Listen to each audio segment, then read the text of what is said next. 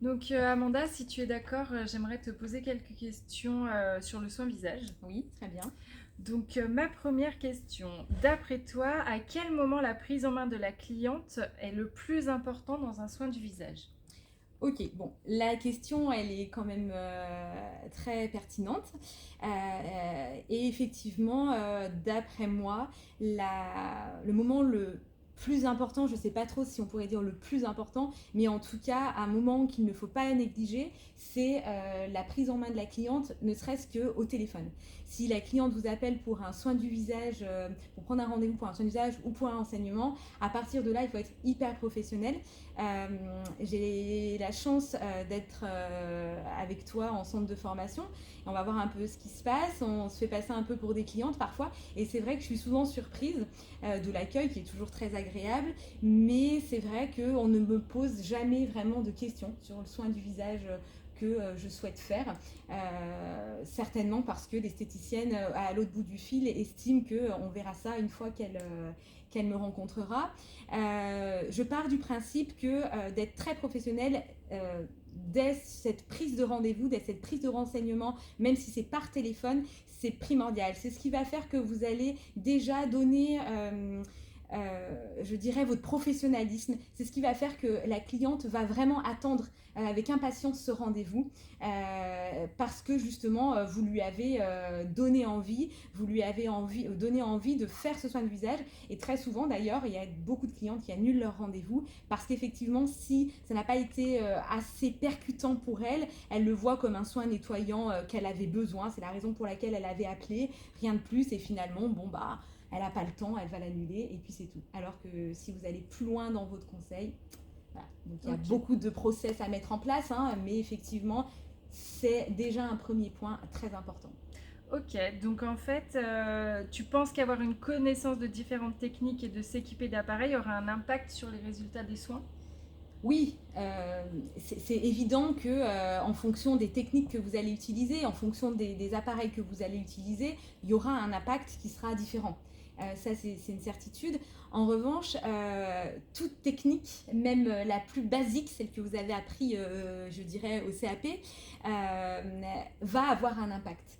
Ce qui va faire que l'impact sera justement intéressant et percutant, c'est la manière dont vous allez amener votre soin, comment vous allez le combiner, comment vous allez l'apporter par rapport à la problématique de la cliente et surtout toutes vos techniques. Est-ce que vous savez réellement à quel moment vous allez les mettre en place, pour quelle cliente, comment vous allez le communiquer et pour les appareils, c'est exactement la même chose. Est-ce que vous avez les bons termes techniques pour pouvoir échanger avec la cliente et effectivement parler ensuite et mettre en lumière vos résultats. Mais oui, je suis convaincue que toutes les techniques sont importantes et surtout ne les mettez jamais de côté.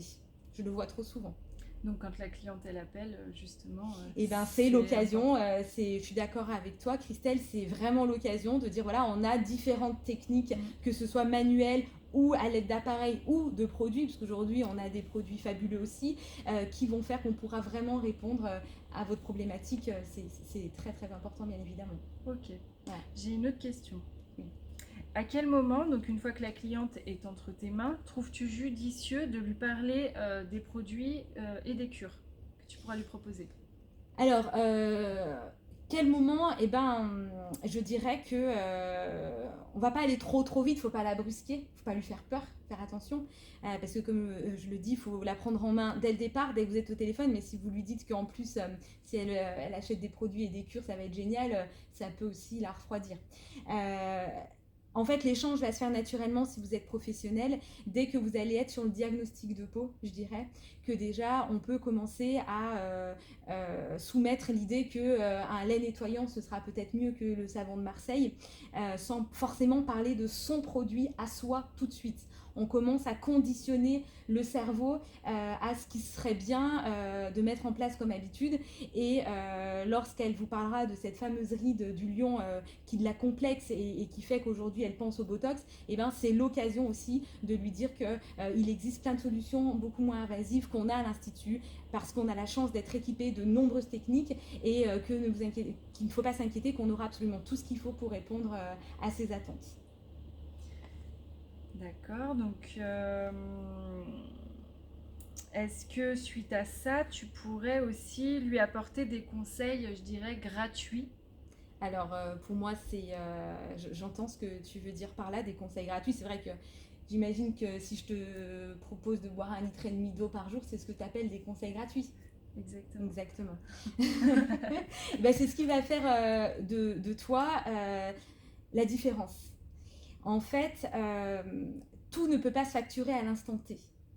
Qu'est-ce que je veux dire par là? C'est que de lui proposer de boire 1,5 litre d'eau par jour et de lui donner tous les conseils qui vont avec, donc d'aller très loin dans ton conseil sur ce que va apporter l'eau en termes de régénération cellulaire, ce que va apporter tel aliment, tel oligo-élément, voilà, sur les rides, sur l'oxydation et compagnie. Effectivement, sur le moment, tu vas avoir le sentiment que c'est gratuit, mais en réalité, tu vas faire la différence par rapport aux autres professionnels du marché de l'esthétique qui ne font pas forcément, qui ne donnent pas forcément ces conseils-là.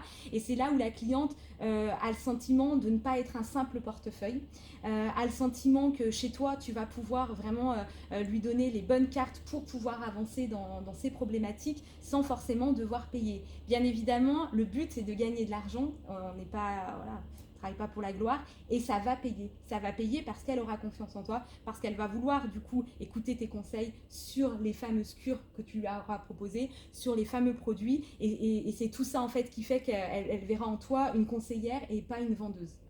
Voilà, parce que tu n'en es pas une. Donc, si on fait un combo de tout ça, tu penses que l'ensemble des soins ont un véritable résultat? Tu auras vraiment du résultat. Je vais peut-être être dure face à certaines clientes qui sont hyper ultra équipées, mais effectivement, même avec un soin basique, si vous le faites de manière très professionnelle, si vous reprenez toutes les bases que vous connaissez avec les bons produits, avec les bons conseils, déjà vous aurez forcément du résultat.